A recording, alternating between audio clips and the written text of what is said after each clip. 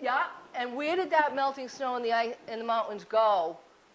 In this downstream, yeah, into the ground. Okay, one of the things that the melting snow is so important for is that it gets into the ground. That's where it's really stored, and it moves very slowly. I poured quite a bit of water in here, and it's moving very slowly through this model. It took a little while before it started dripping and making a mess, okay? And the groundwater actually contributes to the lakes and the rivers. So that when we see a river running in the summertime and it hasn't rained for a long, long time, we know that that's groundwater influence, right? Sometimes, too, when I'm walking around here and it's snow and ice, and I see some water running, I know that that's groundwater influence, even though it's like 0 degrees out. How do I know that's groundwater? Yeah? Right. If it wasn't, it'd be frozen because groundwater is at what temperature? Temperature of the soil, which Yeah. is a lot hotter due to geothermal energy. Yep. So there's an average that we find groundwater temperature at. Does anybody know that? Know what it is? It's about 55 degrees. All right? That's very important to remember. So 55 degrees, so that means that in the wintertime, when everything's frozen solid, if you have running water, that's groundwater. And who needs water? Yeah, all the animals that are out here, they're going to be looking for those groundwater seeps to drink from because they're having a hard time getting anything to drink right now. In the summertime, when it's really hot, you've got the air temperature at about 100 degrees or 80 degrees, let's say. It's sunny. It hasn't rained in a long time. But you have fish that can only tolerate temperatures below 70 degrees. So when you have a groundwater influence coming in the river, you have a 55-degree shot of water that's going to cool things down and allow them to live. Okay? So the groundwater is really and very important for surface water, and it's also important for something else. So what do we do with groundwater? Well, we drink it. We drink it, yeah. Let me make sure I'm hitting this right. Okay? So we'll actually...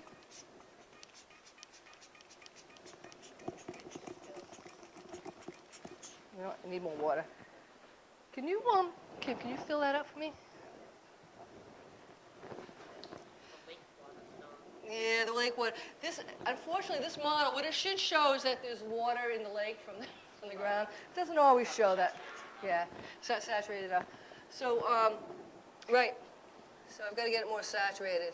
So let me, I'm having trouble with my withdrawal well. Here we go. Here we go.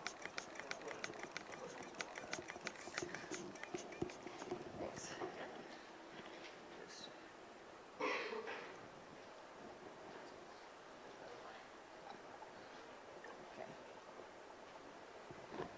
So when I withdraw water, I'm pumping groundwater up. What am I doing to the rest of the groundwater? Yeah, you're kind of influencing where it's going to go. Yeah, some more. Maybe some of the water around this area might go into the lake. Well, since you're desaturating it, water Yeah. usually goes there. I think this will start to show it. So can you see how you got this plume? When I started pumping, it started coming towards my well. And this should be starting to come towards my well also.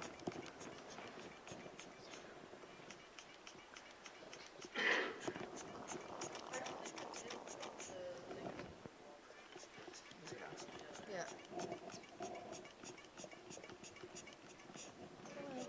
Yeah, here it goes.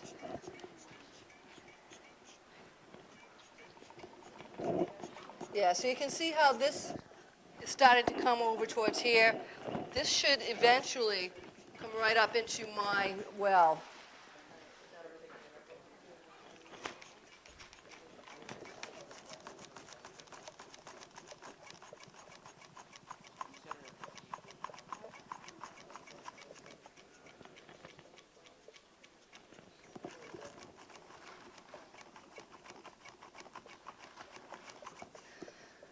So,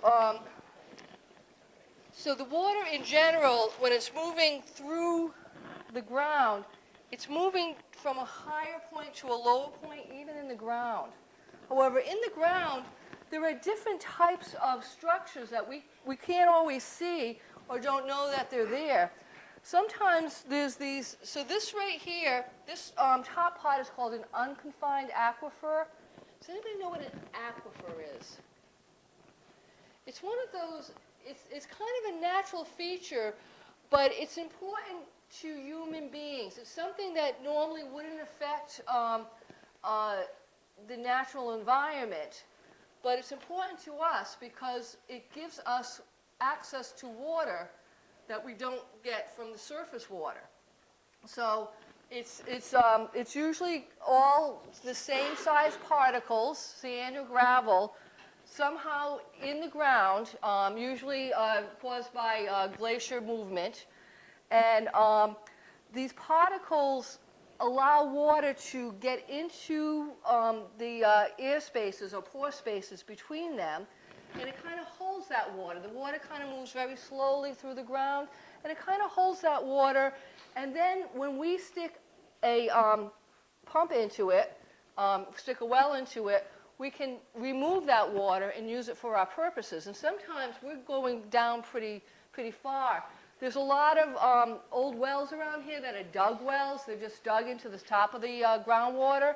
But most of us have drilled wells that go down a couple of 100 feet and go down deep into the aquifer or deep into the substrate and to get the water. And so we bring the water up out of the ground to use for our own purposes. Okay? So an aquifer is really a human convenience.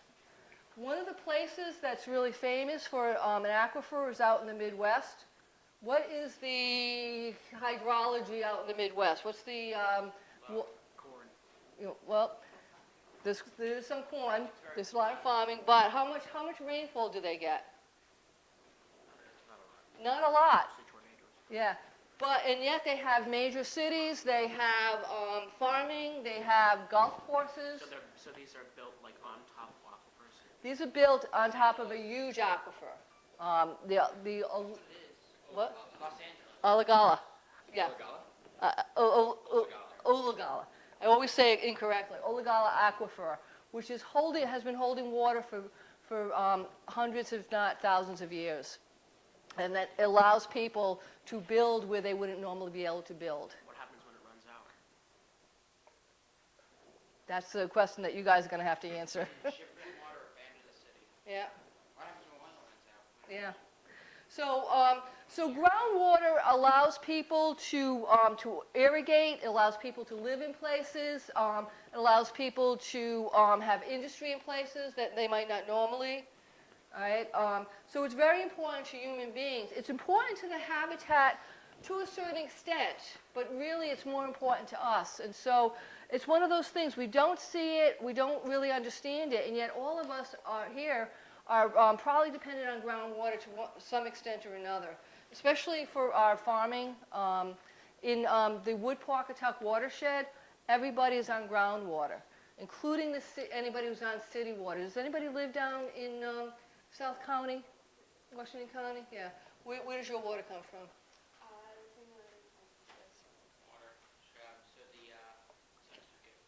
Water. Yeah, so you live in the Saugatucket, but your water comes from the Kingston Water District. You're probably on city water, which has major wells right over near Warden's Pond. Okay? So people who live in Coventry, do you know where your water comes from? Situate Reservoir. Most of it comes from Kent County Water Authority, okay, which has wells in Mishnock, thank you, Mishnock. So you're on well water as well. So a lot of us are on well water, okay? It's a really important aspect. How does the water get into the ground? Yep. Rainfall, recharge points. Yep. Depends upon if it's a confined or non-confined aquifer. Yep. If it's a confined aquifer, it's going to be a lot more difficult to replenish that water. The water will be clean. So, you touched on confined and unconfined aquifers. We'll touch on that in a minute. But basically, the water gets into the ground through precipitation, okay? How about, what's going to happen in the springtime around here? It's going to melt, and where's it going to go? Yeah. So it's going to be interesting to see what's going to happen. If it melts slowly, it should all go into the ground, or most of it go into the ground. A lot of it, where is it going to cause the most problems when it starts to melt? There's going to be places, and I'm looking for a certain terminology. Yep. Reservoirs? Nope, it's not going to cause problems there. See at the bottoms of valleys, places where there's not many trees because of erosion or like floods. Think of the built landscape. Residential areas. Impermeable surfaces. Yeah, Potholes. yeah, impervious surfaces are gonna, it's gonna run off of those, so it will melt.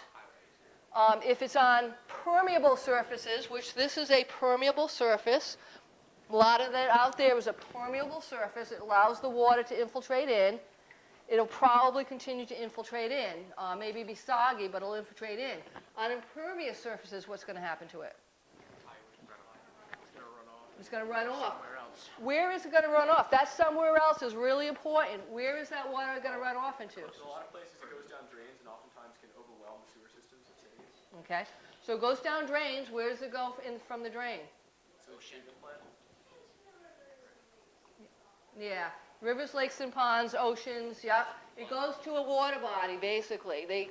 People years ago, in order to move their water away from them, so it's not a problem, they put it into the closest water body, rivers, lakes, and ponds.